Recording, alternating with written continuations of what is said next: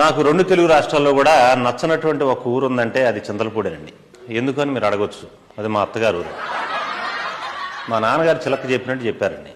అరే ఉన్న ఊరిలో సంబంధం, బుల్లెట్ బండి, పొలం పక్కన 6 ఎకరాల పొలం, బాటా చెప్పులు, రామరాజు బనియాన్లు వీళ్ళందరూ ఇస్తున్నట్టున్నారు కట్నంగా అని చెప్పేసి అంటే వినకుండా అర్థం చేసుకునే అత్త, మొహమాటం లేని మామ దొరికితే ఆ అల్లుడి యొక్క అదృష్ట రేఖ 6 కిలోమీటర్ల దూరం ఉందని మా ఫ్రెండ్స్ చెప్తే 10 సంవత్సరాల పాటు ప్రేమించి సుడిబడిపోయి పెళ్లి చేసుకుంటే ఇవాళ సంసారం మొత్తం స్టాండప్ కామెడీ అయింది.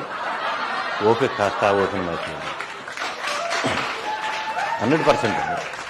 ఓకే, అప్పటి నుంచి సంసారం కాస్త స్టాండప్ అయిపోయింది, ఉన్న ఓపిక కాస్త ఓపెన్ అయిపోయిందండి.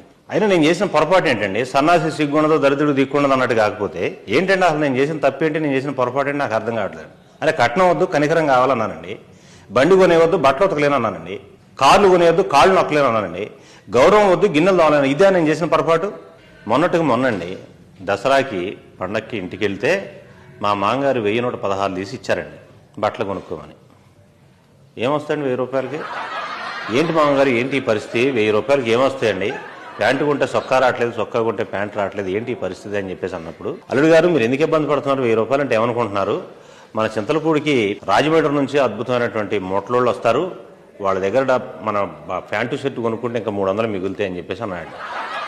మైండ్ బ్లాక్ అయింది. మన నాన్నగారు ఎప్పుడో చెప్పారంటే వద్దురా చింతలపూడి అంటే అది వెస్ట్ గోదావరికి సంబంధించింది, ఆ సంబంధం వద్దురా అన్న ఎన్నందుకు నాకు ఇది జరగాల్సింది అనుకున్నాను.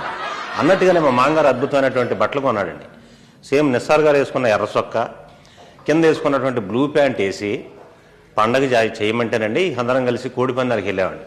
ఆ కోడిపందాలకు వెళ్ళినప్పుడు చూస్తున్నారండి, కోడిపందాలు పక్కన పెట్టి మొత్తం నాకెళ్ళి చూడండి. ఎందుకంటే ఎర్ర చొక్క పచ్చ ప్యాంట్. ఏ ఊరు అల్లుడు గారని చింతలపూడి అల్లుడు గారు అంటున్నారు. ఇక లాభం లేదని చెప్పి సాయంత్రానికి ఇంటికి వచ్చామండి. అసలు పండుగ అక్కడ స్టార్ట్ అయిందండి. మొత్తం అందరూ కూర్చొని చక్కగా ప్యాక్ ఆడుకుంటూ మందు తాగుతున్నారండి అద్భుతంగా.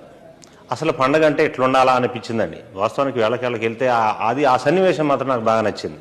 చక్కగా 5-6 కూర్చున్నారు, చక్కగా తాగుతున్నారు, నన్ను కూడా రమ్మంటున్నారు. కానీ మనకు అలవాటు ఉన్న సంగతి వాళ్ళకి తెలియకూడదు, వాళ్ళకు ఉన్న సంగతి మనకు తెలియకూడదని నేను డిస్టెన్స్ మెయింటైన్ చేసుకుంటూ వాళ్ళ బిహేవియర్ని అబ్జర్వ్ చేస్తున్నాను దగ్గరగా ఉండి.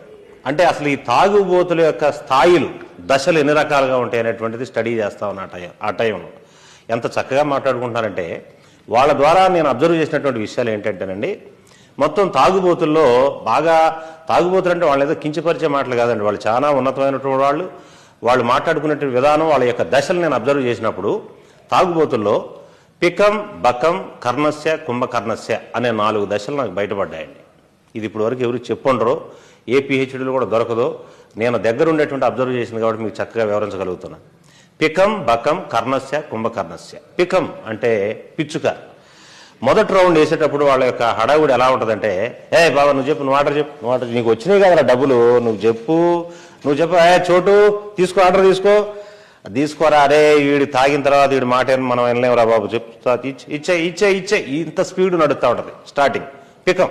ఎందుకంటే పిచ్చుక ఒక దగ్గర స్టాండర్డ్గా ఉండదు, టక్ మాట్లాడుతూ ఉంటుంది, హడావుడికి వెళ్ళిపోతూ ఉంటుంది. ఇక రెండో రౌండ్ అండి బకం అంటే కొంగ. మీరు అబ్జర్వ్ చేశారో లేదో, కొంగ చేప కోసం తన ఆ ముట్టెని లోపల తీసుకెళ్ళి ఒకసారి పైకి లేపింది.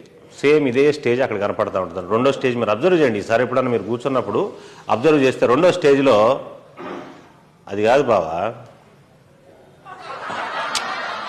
ఎంత పోయినాయి? 600, 800 పోయినాయి ఇక్కడ.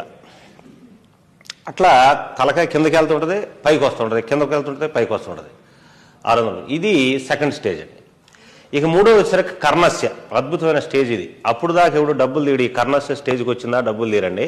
కర్ణస్య అనేసరికి ఆ మూడో స్టేజ్కి వెళ్ళిన తర్వాత దాతృత్వం మొత్తం బయటకు వచ్చేసిద్దండి. ఎక్కడ లేనటువంటి ఆ డేర్ వచ్చేస్తారన్నమాట కర్ణస్య స్టేజ్లో. బావా ఎంత వేయాలి నీకు ఎదయాలి చెప్పు, చైన్ ఏమన్నా నీకు చైన్ తీసుకో బా, మీ అక్కిచ్చింది తీసుకో, మొత్తం ఎక్కడున్నారా రాజు, అది ఎప్పుడూ అమ్మేసినావు కదా అంటాడు ఈ పక్కన.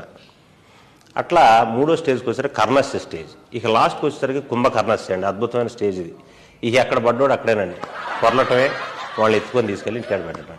ఇది టోటల్గా తాగుబోతుల నుంచి గమనించినటువంటి విషయం. థ్యాంక్ యూ అండి.